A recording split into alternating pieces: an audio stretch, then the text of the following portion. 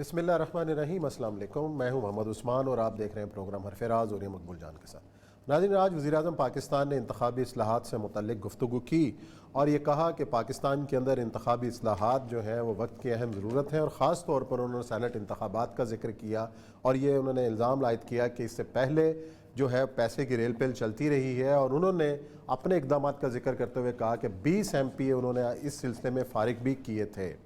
کیا اصلاحات جو ہیں اتنا ہی آسان عمل ہے کہ وہ تمام اپوزیشن جماعتوں کو اور تمام سیاسی جماعتوں کو اس پر راضی کر سکیں گے؟ اس سے پہلے خود اپوزیشن بھی یہ مطالبہ کرتی رہی ہے، لیکن آج تک یہ اصلاحات کیوں نہ ہو سکیں، یہ آج کا موضوع۔ اور اس کے ساتھ یہ دوسرا اہم جو پیش رفت ہوئی وہ PDM کا اجلاس ہوا، جس کے بعد یہ اعلان کیا گیا کہ حکومتی جو اعلانات ہیں پابندیوں کے، اس کے باوجود PDM کے جلسے جو ہیں وہ شیڈول کے مطابق جاری رہیں گے۔ ساتھ ہی پروگرام میں ذکر کریں گے گزشتہ روز جو فیض آباد پہ دھرنا تھا وہ ختم ہو گیا، اس دھرنے سے کیا کھویا کیا پایا، اس پہ بات کریں گے، لیکن بڑھتے ہیں اپنے پہلے موضوع کی جانب۔ اور یہ سب انتخابی اصلاحات ایک ایسا موضوع ہے کہ ہم ایک عرصے سے سنتے چلے آ رہے ہیں کہ کبھی کوئی جماعت مطالبہ کرتی ہے، کبھی ہم الیکٹرانک سسٹم کی بڑے عرصے سے بات سن رہے ہیں کہ جو الیکٹرانک مشینیں بھی آئیں اور ایک کسی انتخاب میں استعمال بھی ہوئیں، اور اس کے جو اثرات بھی وہ بھی نظر آئے کہ میرا خیال ہری پور کے حلقے کے اندر ایک استعمال ہوئی تھی، قومی اسمبلی ضمنی انتخاب ہوا تھا، لیکن اس کے بعد ہم نے دیکھا 2018 کا انتخاب بھی اسی طرح ہو گیا، اور وہی پھر دھاندلی کے الزامات اور پھر اس طرح کی چیزیں۔ کیوں نہیں انتخابی اصلاحات پہ سارے یکسو ہو جاتے ہیں؟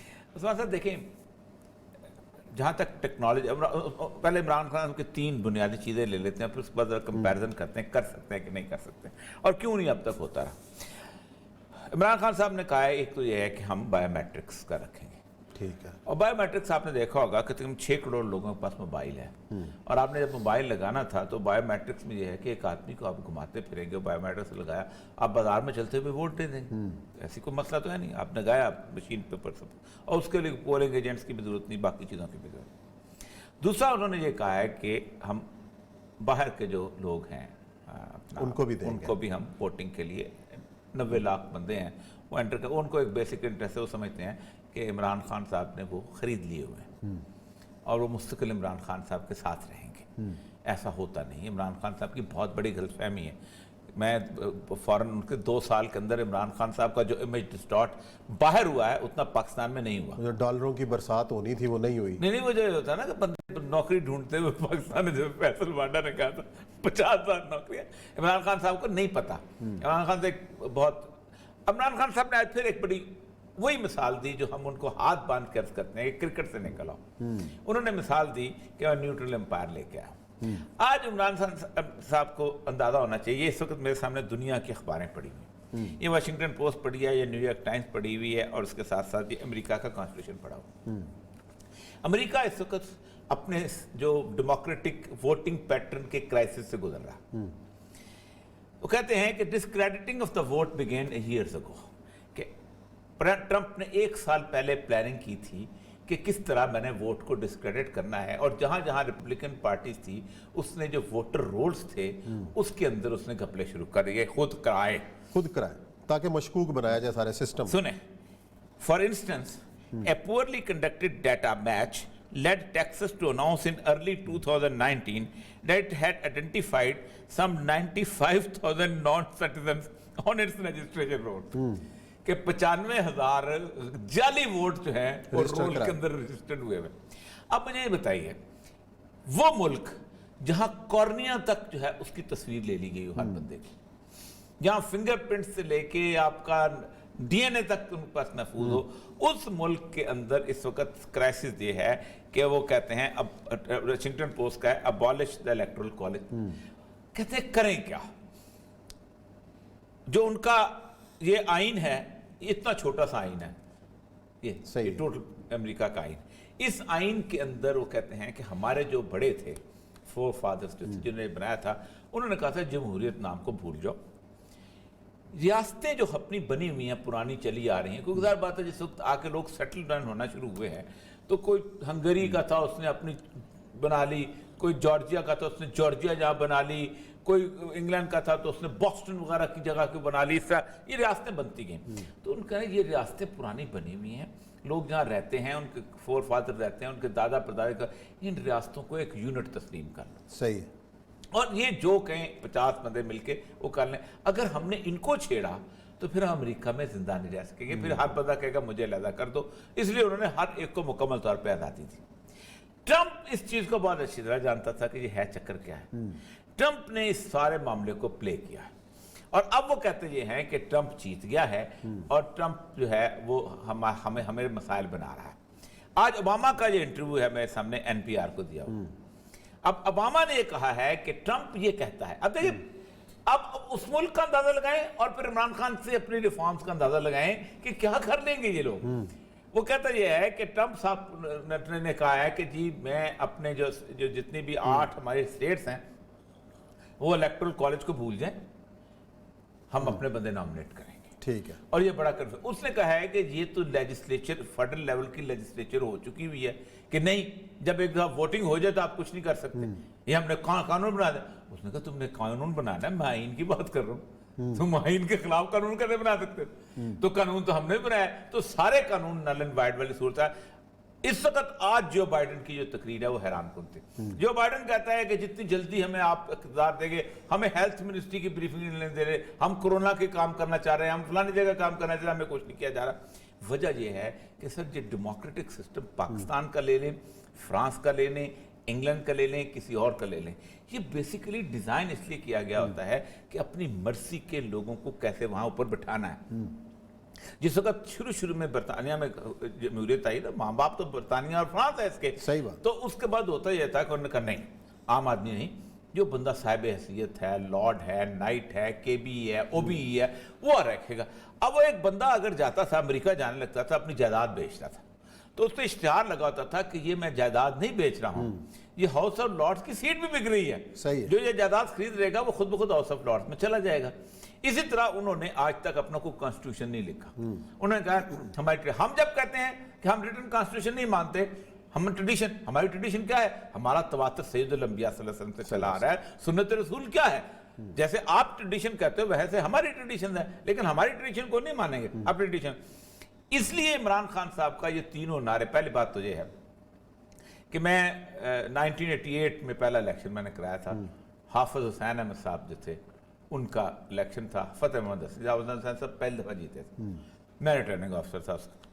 آپ اندازہ کریں کہ اس الیکشن کے اوپر جو سب سے بڑا اعتراض ہوا تھا, حافظ حسین احمد نے کہا تھا کہ الیکشن سے 10 دن پہلے چیف الیکشن کمشنر جو تھا اس نے شناختی کارڈ کی شرط ختم کر دی کہ جی ہم دیہات ہیں تو کوئی شناختی دستاویزات کوئی بھی ہو جائے, کوئی بھی دستاویز کے بغیر سر. اچھا. اور پتہ کیا ہوتا تھا بلوچستان میں تو صورتحال یہ ہے کہ عورتوں کی تصویر منع ہے, وہ نہیں دیتے تھے. اب انگوٹھا ہوتا ہے, اب انہوں نے تصویر لازمی کہا جب اس میں ہوتا ہے زوجہ نمبر 1, زوجہ عبدالقدوس نمبر 2, زوجہ عبدالقدوس نمبر 3, 4. وہ ایک ہی عورت جو تھی وہ لمبے سے برقعے کے اندر 6 عورتوں کے ووٹ جو ہے 4 زوجوں بن کے کرتے رہتے تھے. تو یہ پورے کا پورا ڈیزائن جو ہے نا وہ بیسیکلی اس لیے ہے کہ کسی نہ کسی طریقے سے ہم اقتدار کی کرسی پہ پہنچ جائیں. اب دیکھیں آج جو انہوں نے اصلاحات کی ان میں ایک بنیادی اصطلاح جو ہے وہ بھول گئے. بنیادی اصطلاح یہ ہے کہ پاکستان میں جو ہم چیختے چلے آ رہے ہیں کہ 1947 سے لے کے اب تک صرف 15% ووٹ لینے والا اسمبلی میں پہنچتا ہے. 100 ووٹ ہیں ایک علاقے کے, ان میں سے 65% ووٹ دینے نہیں آتے. وہ کہتے ہیں ہم ادھر کڑائی گوشت کھائیں گے, یہ دیکھیں گے وہ دیکھیں گے. چلو 65 کیا 50 کر دو, 50 آ گئے, اچھی ہوگی جب 50% تک میکسیمم چلے جاتی ہے. 50% میں 12 کینڈیڈیٹ آ گئے, ووٹ تقسیم ہو گیا سارا. ان میں سے جو 9000 لینے والا ووٹ ہے, جو 9% والا ووٹ ہے وہ اوپر پہنچ گیا. باقی جو 41% ووٹ ہیں وہ خالی بیٹھے.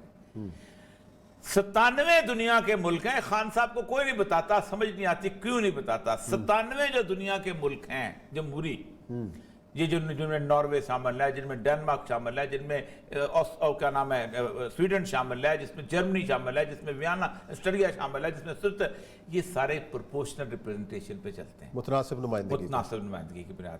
وہ کہتے ہیں ہر پارٹی ووٹ لے لے. اگر PTI کو